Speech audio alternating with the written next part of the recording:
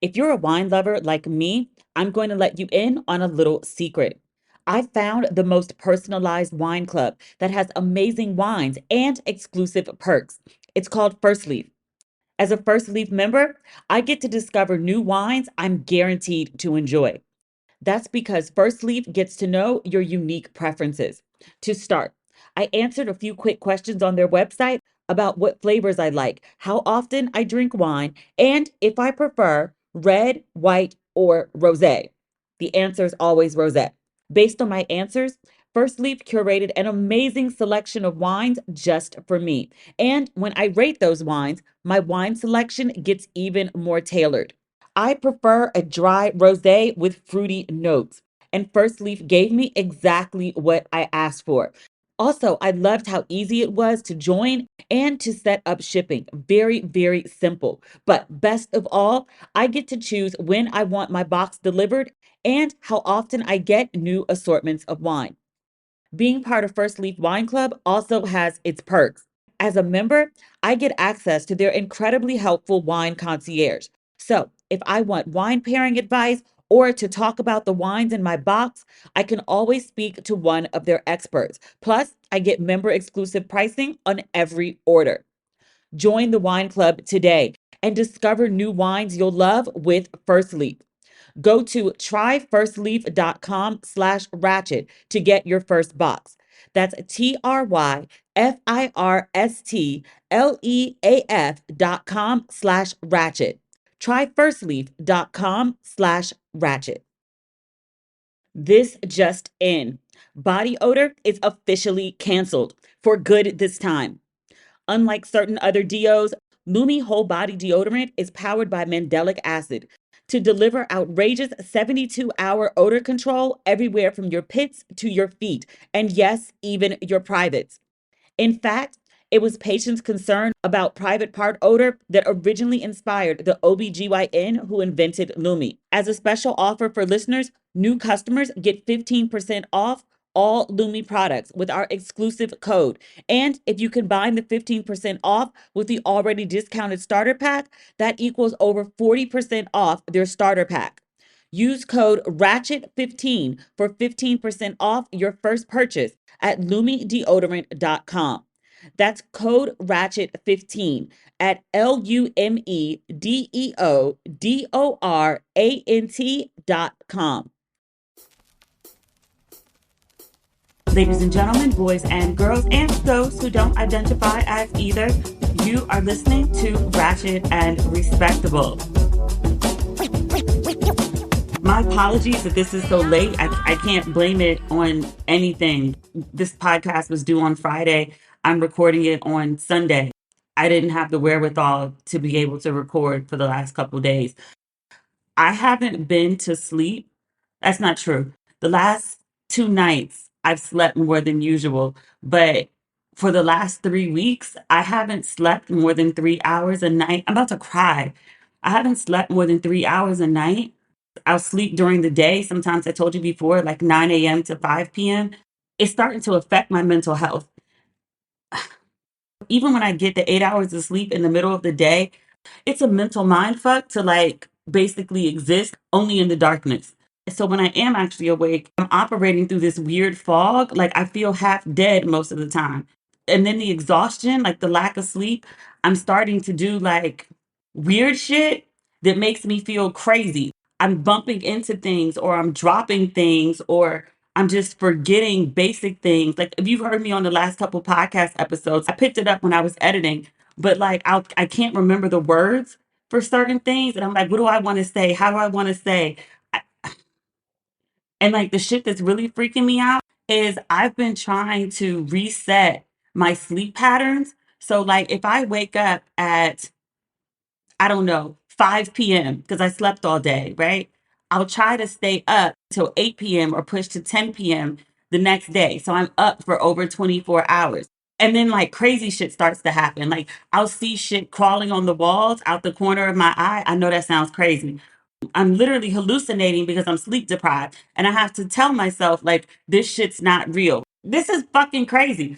Enough people have suggested that sleep deprivation or insomnia are a side effect of perimenopause. I've talked on previous episodes how like my cycle is all over the place. It's always been all over the place, like my entire life, but it's weirder now than it is before. So I was like, maybe there's something to it. So I did make a doctor's appointment. Hopefully they can put me on some kind of meds or something to like regulate whatever this is. Cause I feel like I'm going fucking crazy. Like it's to feel like you're losing your mind is a very is vulnerable, scary, and really fucked up. Like I'm scared to leave the house because like I know I'm not fully alert or aware and I'm like on the other side of the world. And I know like the knee jerk for everyone is like, well, go home then. I talked to Davita the other day. She listens to the podcast and she was like, "Hey, like, are you okay? Because the last couple episodes, like, you've been talking about you can't sleep and blah blah blah." And she was like, "You know, you can come back to Ghana." And I was like, "What's Ghana gonna do?" And she was like, "I don't know, but last time you were here, you could sleep." She was like, "It's not like you got to change continents; just fly up. I mean, it's right there. It's on the same continent, but it's like a 12-hour journey." And she was like, "What you gonna do? Go to sleep?" The last 2 nights, though, I've been better. I've gone to sleep at 10 o'clock and then I wake up around 1. I can't go back to sleep until 3 and then I sleep until 6. I'm up for another hour from like 6 to 7:30 and then 7:30 to 10 I can sleep. So like right now it's 12:30 and I'm actually recording. This is the first time I've been able to be awake and not like, you know, when you're really tired, you have like that, it's like this irritating feeling behind your eyes, almost like they're burning. This is one of the first times in 3 weeks that I haven't had that feeling. Like I actually feel like I've rested. It wasn't continuous sleep, but it was sleep nonetheless. And I'm up in the middle of the day. It would happen to be like a shitty day. Cape Town's like one of the most beautiful places on earth. And like the day that I'm awake, it's overcast and looks like it's about to rain. But I'm very grateful to like not have that half awake feeling. I actually feel rested and I don't see shit climbing on the walls. In other news, I had to make a doctor's appointment the other day, not for related to this. I have an ongoing issue that I just like to get checked out on a regular basis to make sure it's not progressing into something worse. And there's literally a clinic next door to my gym. Like I walked into the place and I was like, this is my issue and I would like to make an appointment. Can you tell me like what your next availability is? The receptionist, you know, she typed into her keyboard and she was like, I'm so sorry, we don't have anything available right now. This was on Wednesday. She was like, unfortunately, our first availability is Friday at noon. And I was like, yes, Friday is fine. And she was like, I'm so sorry, we don't have anything available sooner than that. I wasn't in an emergency room. I wasn't complaining about like a heart attack or, you know, like my life is not on the line. Just because I've just because I've gone to doctors or had medical procedures overseas before. I had something done in Dubai and I also had something done when I was in London. So I know that their wait time is in comparison to like America is very different, but it still blows my mind every time that I can walk into a space that's not an emergency room and can book an appointment within like a couple days. My mother's, I don't think she'll mind if I tell this story, but my mother's primary care physician retired and he suggested a list of doctors that his patients could go to so they had coverage. My mother called around for weeks trying to find a new doctor, and the first availability was 4 months out, which is insane. The other thing, because I'm a Black woman raised in America, right? I didn't know what to expect when I went to the doctor here. Could tell by her name that she wasn't a Black woman. I wasn't concerned about the actual ability to have quality treatment. I wasn't sure how I would be treated as a I say black here, I'm considered colored.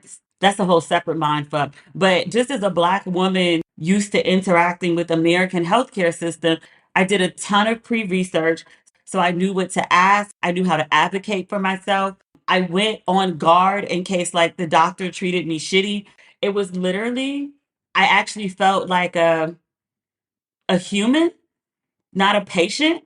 I didn't feel rushed. I felt heard. I felt seen. Very different than many of my encounters in America's healthcare system. You know what? They treated me. Remember how I used to talk about going to the orthodontist? You know, most people don't like going to the orthodontist, don't like going to the dentist. But when I had my braces, I was like excited to go to the orthodontist. Like I was like, oh, I'm gonna hang out with some people and I'm gonna watch some TV, listen to some Luther, and it's gonna be like a great experience. Like I actually enjoyed going to my orthodontist appointment, even though I know they're gonna tighten the torture devices that they put on my teeth. And still, I look forward to it. But like I'm actually looking forward to going back to the doctor. It's weird. This is the other part. She said, I don't think it's an issue, but I would like to run another test. And I said, well, what do you recommend? So she said, well, here's option A, here's option B. And she said, B is for the best, but B is really expensive. And I said, what is really expensive? And so she said, it's like 5,000 Rand. It's roughly 250 USD. When I had it done in London, it was 1,500 pounds, which was 1,800 USD. If I need to escalate it to the next level beyond that, in America it's 30,000. Here it's 2,500. I was like, that's crazy. This show is sponsored by BetterHelp. A lot of us spend our lives wishing we had more time. The question is, time for what? If time was unlimited, how would you use it? The best way to squeeze that special thing into your schedule is to know what's important to you and make it a priority. Therapy can help you find what matters to you so you can do more of it. You're a listener of this show. You know that I am adamant about therapy. I think everyone should try some, especially the people that don't think they need it. And if you've ever questioned whether you do, you absolutely do. Go now. If you're thinking of starting therapy, give BetterHelp a try. It's entirely online, designed to be convenient, flexible, and suited to your schedule. Just fill out a brief questionnaire to get matched with a licensed therapist and switch therapists anytime for no additional charge. I love how easy BetterHelp makes it to access professional help. Learn to make time for what makes you happy with BetterHelp. Visit betterhelp.com/ratchet today to get 10% off your first month. That's BetterHelp, HELP.com/ratchet. There's so much news.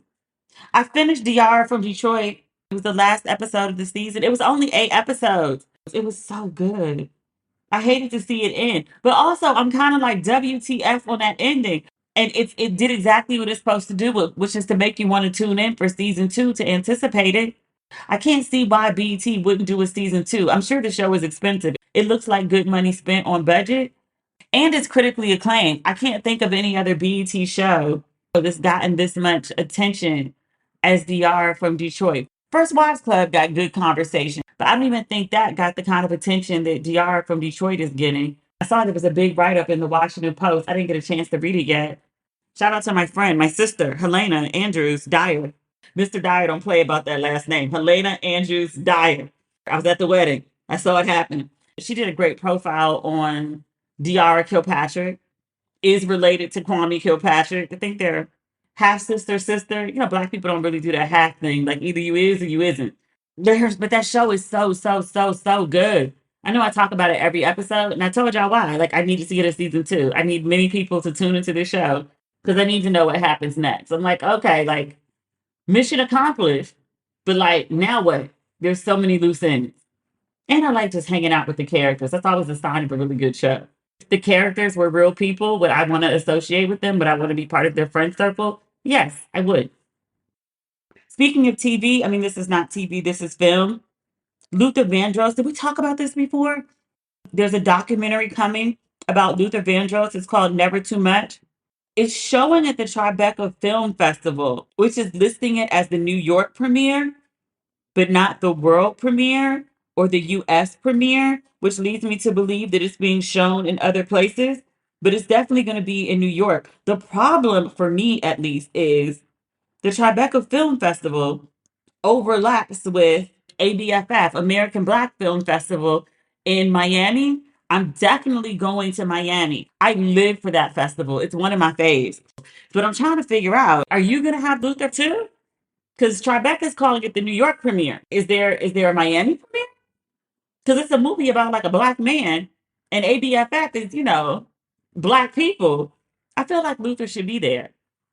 I'm obsessed with Luther only because my mother is obsessed with Luther. My entire formative years before I could drive. So, like birth until 16, when I had to ride in the car with my mother, the only music that she ever played was Luther and Celine Dion. We were fancy, so my mother had a car with like the six changer CD player, half Luther and half Celine Dion. It would be the middle of July, and my mother would be riding around listening to like Luther Christmas songs. No one loves Luther like my mother. I can sing along word for all Luther songs. You know how like sometimes you'll see those memes and they were like, what song could you sing if it's like $10,000 or death? Like what song could you sing word for word? Give me anything in the Luther catalog. I got you. Word for word, inflections. I'll be off key, but I can give you all the lyrics. I love me some Luther. I really, really, really want to see this documentary. I'm looking at the Tribeca site right now, directed by Dawn Porter. Unfortunately, I'm not familiar with Dawn Porter. I need to look her up. She sounds black. There are several producers. One of them, Jatari Turner. He's fine as hell. He produced a lot of stuff. And also Jamie Foxx. I recognize some of the executive producers, like big names in music. And then they've got interviews with Danielle Smith, author, former EIC of Vibe, and also one of the best editors ever.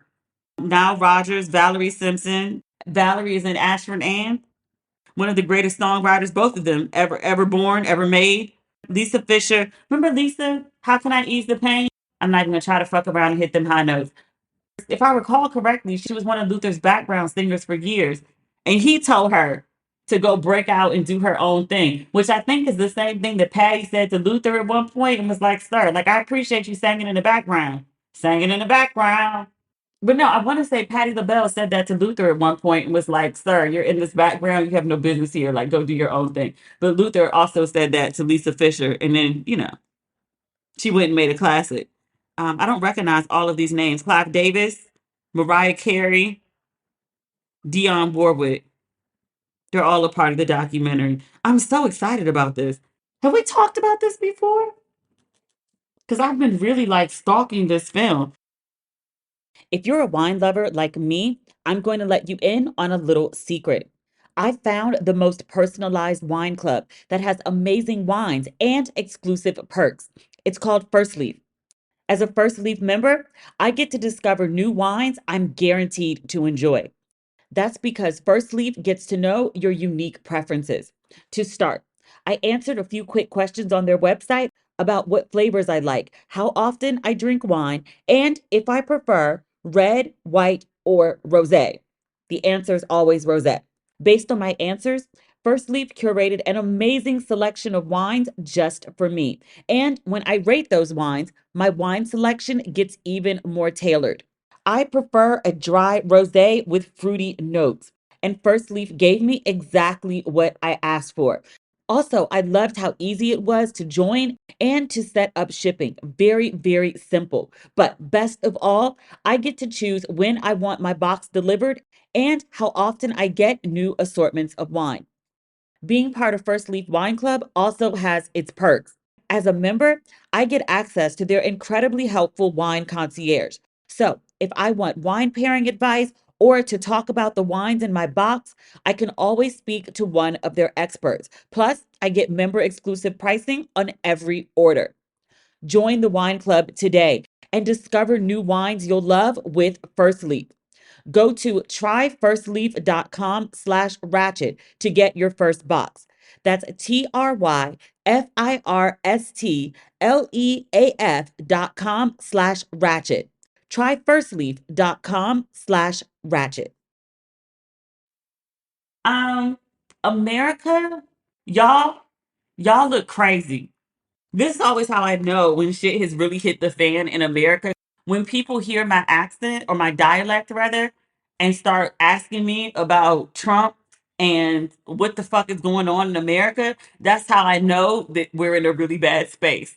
The images of police beating students, young minds, future leaders of America, beating them on their college campuses is circulating worldwide. And America looks pure nuts.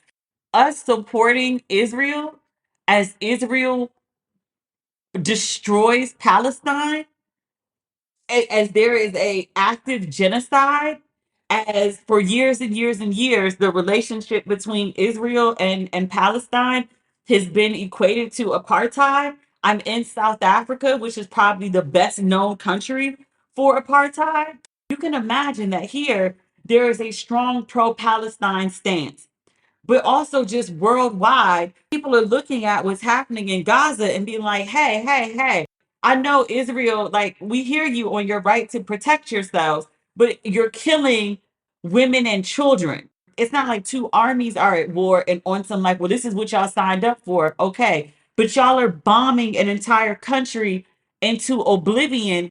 Women and children who want no parts of any of this shit. They're just collateral damage, are being killed in mass to the point that it's considered a genocide. So like the rest of the world is looking at America like, y'all support this shit? Like you're literally funding this shit. What? Now that the students have started protesting and creating these encampments on these college campuses, calling for their campuses to divest from Israel, is this not the plot from School Days? Divesting from South Africa in the middle of their apartheid was Dap Dunlop's whole storyline. Mission College divest from South Africa outside of America because people aren't watching Fox News over here. They're reading Al Jazeera and BBC. The story that's going out around the world is not that weird Fox News version where they're like, oh, the students are pro terrorist, the students are pro Hamas. No, no, no. The students are anti war, anti genocide. No one's pro Hamas. You'll always find some weirdos and some bigots in the midst, but the vast majority of people are just like, it's anti genocide. It's pro Palestine in the sense that it stop destroying this country, stop killing everybody in it. So when people hear my American accent to the point that I'm at the doctor's office or I go downstairs to pick up my Uber Eats and the guy at the front desk wants to engage me about like, the fuck are y'all doing? Or I go to my nail salon. Like people are asking me, like, is it really as dangerous in America as it looks on TV? Yeah. And then also the other question is, are y'all gonna really reelect Trump? Like, isn't he a criminal? Didn't he like encourage people to like, storm the Capitol? Because that looked crazy. Yeah, yeah. And y'all are gonna reelect him. And I have to remind people, ma'am, sirs, I'm over here with y'all. I'm not in my home country. I'm over here for a reason. Like, I mean, yes, it's beautiful and it's an easier way of life in some respects. I mean, as fucked up as home is, there's still no place like home.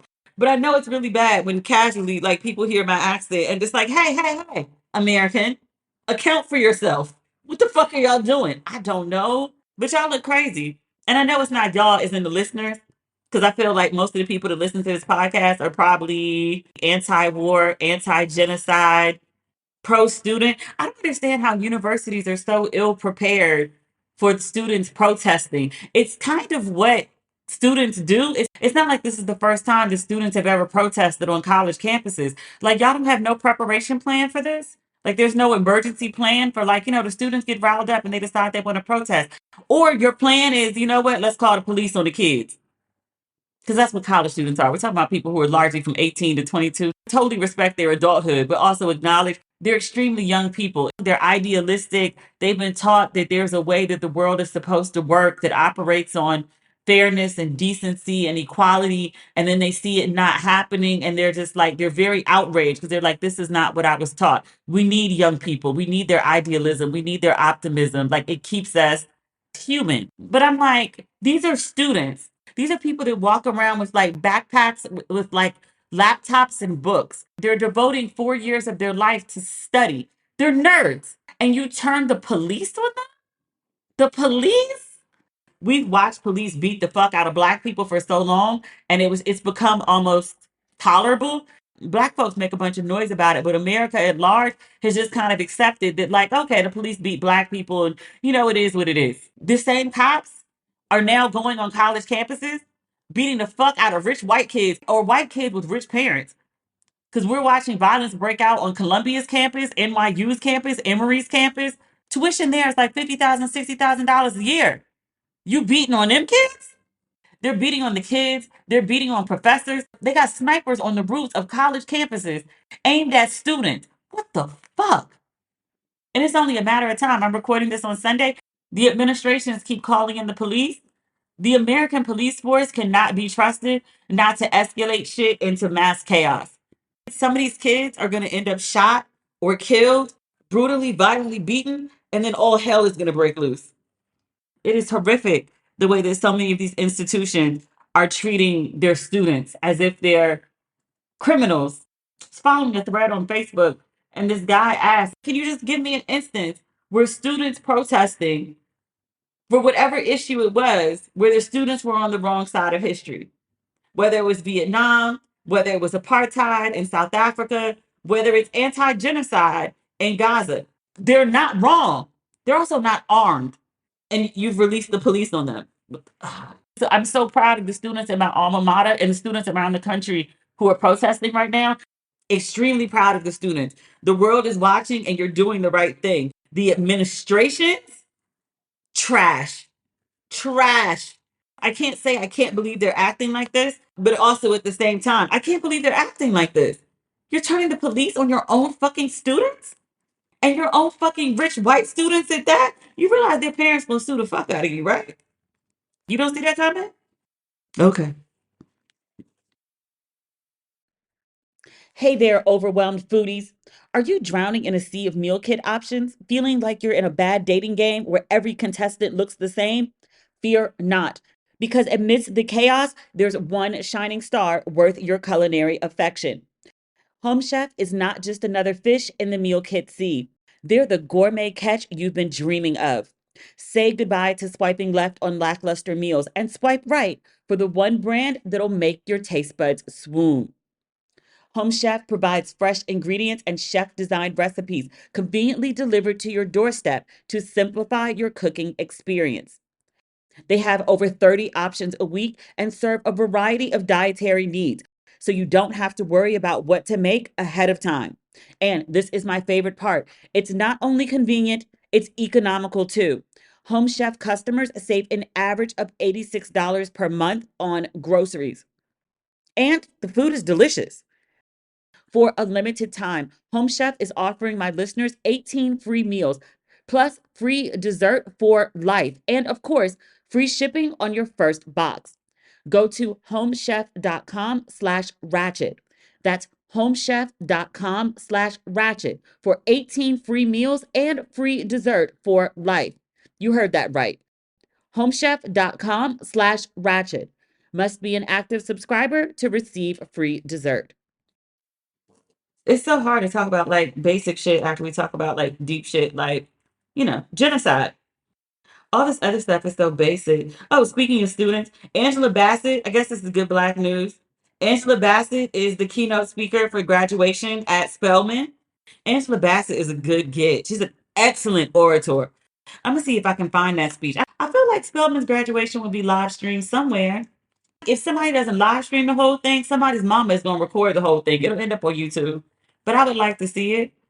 I saw Joe Biden, President Biden, is supposed to be speaking at Morehouse. As of today, it's still on.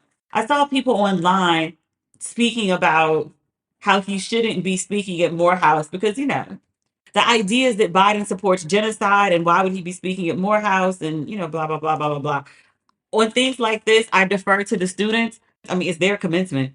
The administration, I give two shits about. What do the students feel? If the students are okay with it, I'm okay with it. If the students are anti, then I'm anti. I stand with the students on whatever they think is acceptable there. I saw Reggie Bush is about to get his Heisman back. I give two shits about that Heisman. I saw pictures of Reggie Bush and I was like, God damn, he's still fine all these years later. If you remember the issue with Reggie Bush and the Heisman, I don't recall it. I had to go look it up. For somebody who doesn't follow sports, I find myself talking about sports a whole lot lately. This is Los Angeles Times. They're breaking down. Okay, so many people have the same question I did. Why did Reggie Bush lose his Heisman Trophy, and how did the former USC star get it back? This is a picture of him from 2005. Good God, he's fine. Former USC running back Reggie Bush. Didn't OJ go to USC?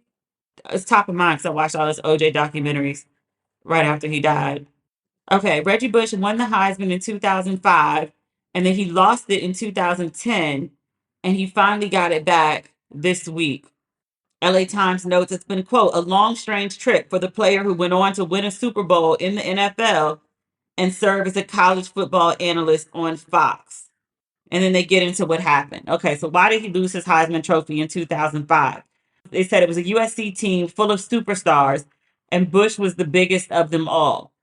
He rushed for this. He did a bunch of touchdowns. He averaged blah, blah, blah. He carried so many passes for so many yards. Okay. Bush ran away with the Heisman Trophy that December, receiving 784 first place votes, which at the time was the second largest tally in the award's history. Fellow former USC running back O.J. Simpson, the 1968 Heisman Trophy winner, why does O.J. factor into everything? Still holds the all time record with 855 first place votes. Bush ranks fifth. So he lost the Heisman Trophy in 2010. LA Times reports in 2006, the NCAA launched an investigation into reports that Bush and his family received cash, travel expenses, and a rent free home from two prospective sports agents while he was at USC, which was against NCAA policies at the time. 4 years later, the NCAA issued severe sanctions against USC. The Trojans vacated their 2004 national title and 14 games Bush took part in, and the university disassociated from the former player. Then USC president ordered that the school's replica of Bush's Heisman Trophy be removed from the athletic department and returned to New York. With the Heisman Trust scheduled to decide whether to revoke Bush's award, Bush bowed to public pressure and announced he would forfeit his Heisman Trophy. He is the only person to have ever returned the trophy. LA Times notes Bush denied any wrongdoing throughout the NCAA investigation. He did acknowledge he made unspecified mistakes. The LA Times goes on to detail that Bush did fine in the NFL. He wasn't necessarily a superstar, but he made $63 million during an 11-year career. He was also drafted number 2 overall by the New Orleans Saints in 2006. This is why he got his Heisman Trophy back. On June 30th, 2021, the NCAA ruled that student athletes could start earning money for the use of their name, image, and likeness. We know we talked about Angel Reese and then specifically Fly J, her Mercedes truck, because they can make money now. The LA Times notes almost immediately, Bush lobbied to get his Heisman Trophy back as the rules that he allegedly broke were no longer in effect. The Heisman Trust said it would only return the trophy if the NCAA reinstated Bush records from the 2005 season. They refused, and then the Heisman Trust decided to reinstate him anyway. Reggie Bush has sued the NCAA for defamation. He says the NCAA has accused me of engaging in pay for play arrangement, which is 100% not true. Not only is it not true, but there's no evidence to even support that claim. It wasn't even part of the initial NCAA investigation. So this is a new accusation as far as I'm concerned. All the media outlets picked it up as if this was the reason I'm not getting my Heisman Trophy back and why I'm not being reinstated, and that's not true.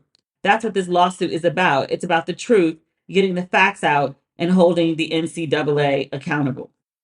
The LA Times notes that through his attorneys, Bush says that he has not apologized to the Heisman Trust or shown contrition for past NCAA violations in order to get his trophy back. He says, quote, I have always acted with integrity and in accordance with the rules and regulations set forth by the NCAA. The allegations brought against me were unfounded and unsupported by evidence. Good for him with his fine ass. He's fine as fuck. I mean, he was fine then, but he's even finer now. Age and time have served him very, very well. Very well. Amen. Amen. This just in.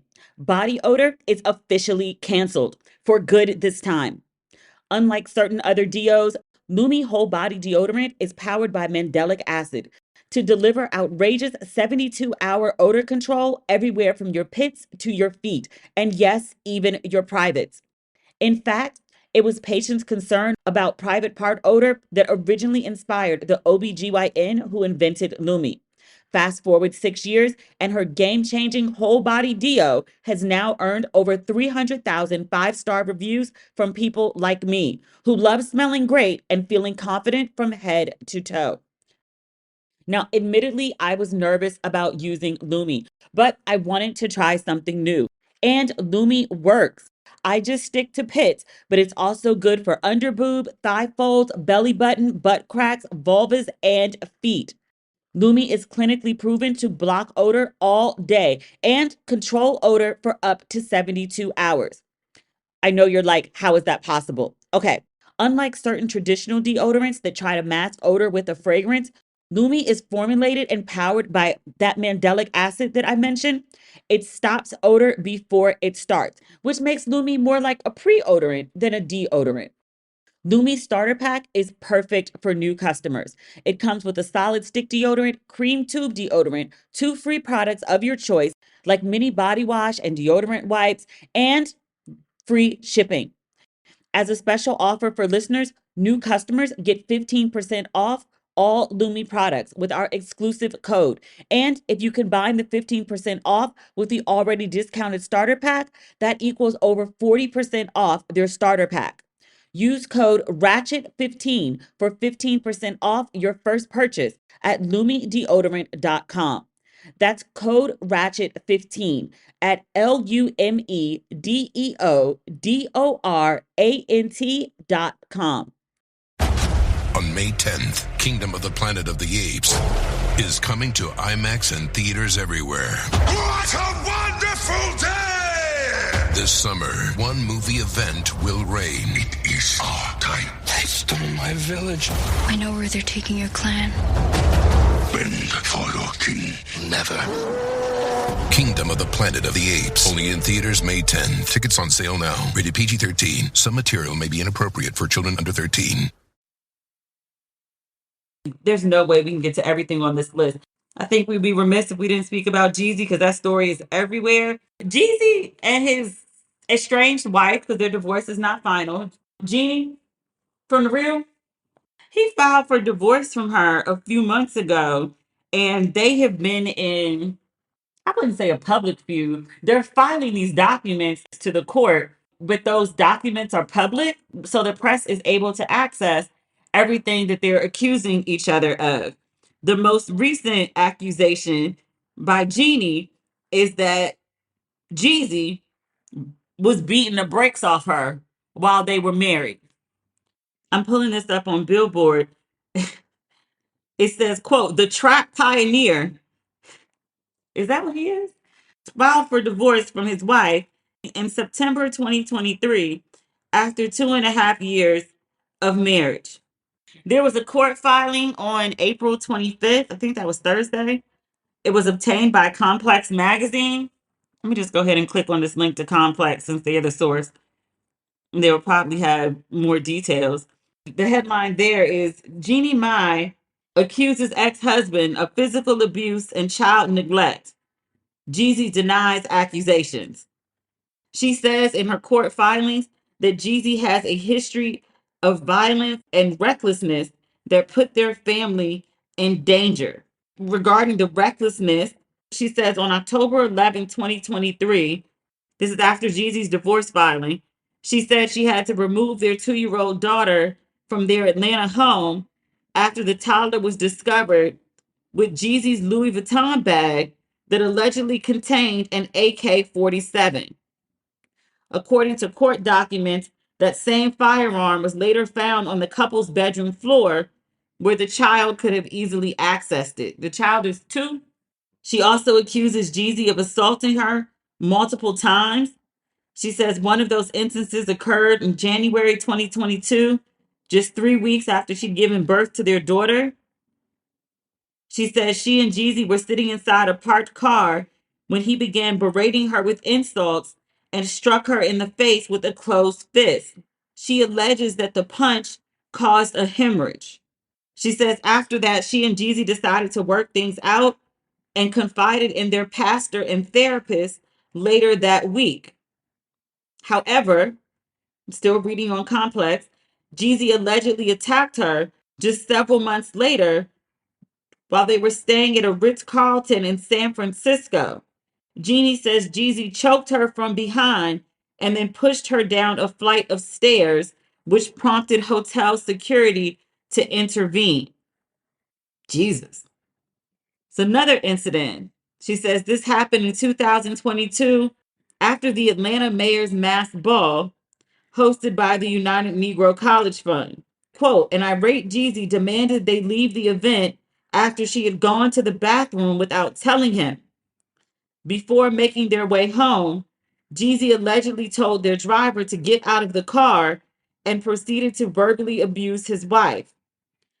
Jeannie says she tried exiting the vehicle, but Jeezy pulled her back in by grabbing her dress's neckline. She said Jeezy tore the garment and left 2 to 3 inch scratch marks on her chest. She says she reported the incident to her therapist with Jeezy present and also told her best friend in confidence. It's another allegation. This one involves a golf cart crash that left Jeezy and Jeannie injured. I've seen pictures for this one. It says Jeannie submitted text messages to the court in which Jeezy seemingly confirmed he was driving the cart at the time of the crash. She says she was unaware that Jeezy was overly intoxicated during the incident. According to the court filing, this is part of what we read before. It goes a little further this time. It says Jeezy has a history of threats, violence, and bodily harm. Jeannie mistakenly believed Jeezy when he convinced her prior to their marriage that he was a changed man and his past was in his past. But as one can see from the examples of abuse endured during the marriage, that has not turned out to be the case. In fairness, I think this is very important to mention. Jeezy has, this Complex's word, quote unquote, vehemently denied Jeannie's abuse allegations. He posted on, this looks like a screenshot from Instagram. The allegations are not only false, but also deeply disturbing, especially coming from someone I loved. This malicious attempt to tarnish my character and disrupt my family is ridiculous. It's disheartening to witness the manipulation and deceit at play. And at this time, my main concern is being an active father to our daughter as I continue to fight for court mandated joint custody. Rest assured, the truth will prevail through the proper legal channels. I think I saw this on his Instagram page. Does he still have it up? He does. So what I just read to you was not the caption. It was how do I describe this? Words included on a photo. So the actual caption for that was y'all know me, hashtag integrity.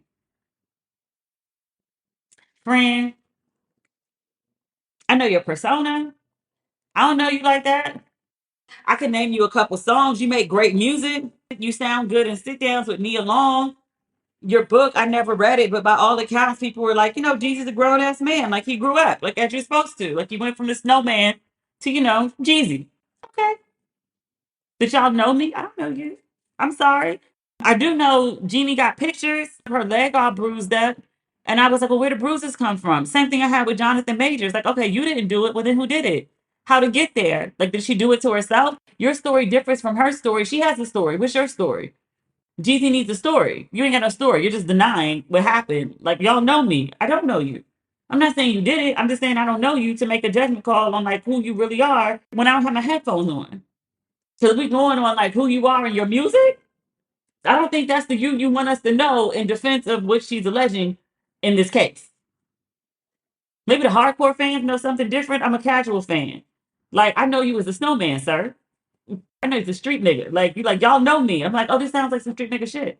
Street niggas are capable of anything. Like, yeah.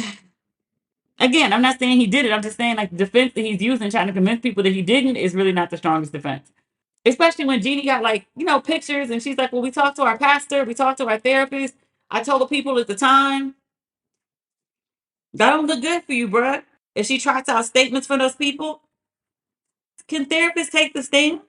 I feel like there's some sort of like patient confidentiality, like the same thing that lawyers have, like patient doctor. I don't know. But if you told your pastor doesn't get a pass. If you told one of your besties, especially if you got like text message and that shit, I don't know. I don't think it's looking good for Jeezy.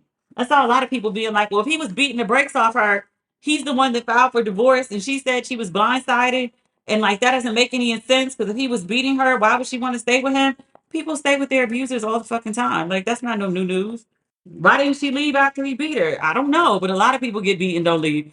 Just one thing that just like living has taught me what you think you'll do in a situation and what you actually do in a situation may or may not be the same thing. We only find out when it actually happens to you. There are absolutely people who are just like, this is some bullshit and get up and leave at the first red flag. But there are also many more people who are like, well, it's not really red, it's mauve. All right, that's the episode. My apologies again that it was so late. I can't even tell you that any upcoming episodes are going to be any better. I'm really fucked up with this sleep thing and I don't know what to do. Thank you for your patience or not while I address this chronic insomnia. All right, talk soon. Hopefully Tuesday. I'll do the best that I can. Yeah. All right. Bye.